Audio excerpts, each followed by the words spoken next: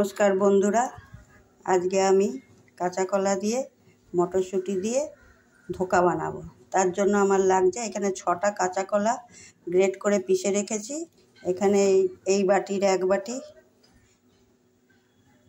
মটরশুঁটি, একটু আদা আর 2টো কাঁচা লঙ্কা দিয়ে পিষেছি। এর মধ্যে 2 চামচ সর্ষের তেল দিয়েছি, একটু ধনের গুঁড়ো, একটু নুন, একটু মিষ্টি দিয়ে এখন মাখাবো। দেখুন এই থালাটার মধ্যে তেল মাখিয়ে আমি ওইগুলোকে ব্যাটারটাকে দিয়ে দিয়েছি এর মধ্যে। আর বেসনটা আমি ওই বাইন্ডিংয়ের জন্যই দিয়েছি, নাহলে তো ধোকাটা হবে না, শক্ত হবে না।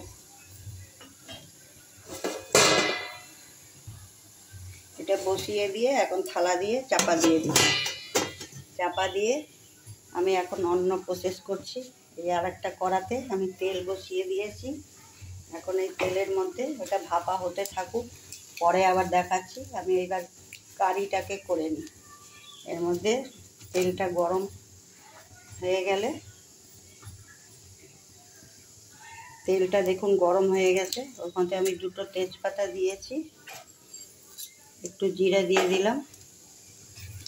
দেখুন এতে একটু গোটা গরম মশলা, 2টো এলাচ, 4টে লবঙ্গ আর একটু দারচিনি আছে, এখানে দিয়ে দিলাম।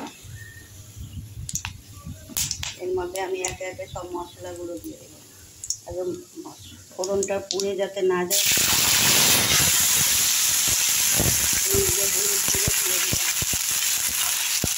জিরের গুঁড়োটা দিয়ে দিলাম, লঙ্কার গুঁড়ো দিলাম, নুন দিলাম, একটু মিষ্টি দিলাম। এটা ভাজা হয়ে গেলে, মশলাটা কষানো হয়ে গেলে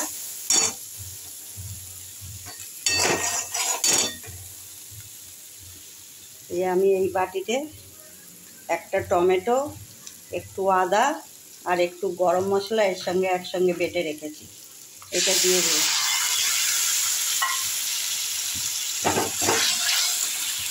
এটা কষানো হয়ে গেলে,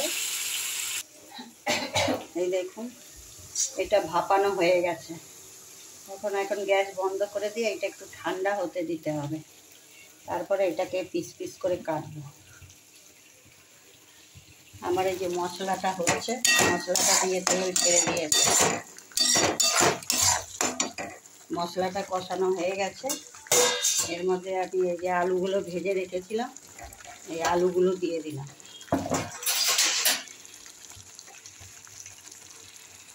আলুগুলো দিয়ে এগুলোকে আর একটু কষানো হোক। এই দেখুন এটা আলুটা আলু দিয়ে কষানো হয়ে গেছে। এবার একটু জল ঢেলে দিলাম।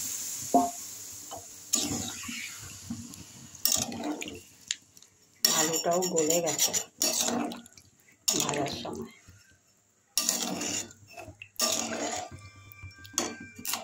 এরপরে আমি ধোকলাটা দেখাচ্ছি, পরে ধোকাটা দেখাচ্ছি। এই দেখুন এটা শক্ত হয়ে গেছে, একদম শক্ত হয়ে গেছে। এবার এটাকে যার যেরকম শেপ করে পিস করে নেবেন, পিস করে তারপর তেলে ভেজে আমি এটা ঝোলে ছাড়বো। তেলটা গরম হয়ে গেছে, এবার ধোকাগুলো আমি ভাজছি।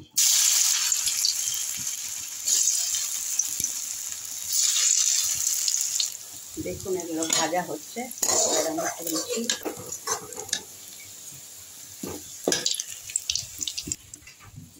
এই দেখুন ঝোলটা ফুটে উঠেছে, এবার আমি এইগুলো সব ঝোলে দিয়ে দিচ্ছি।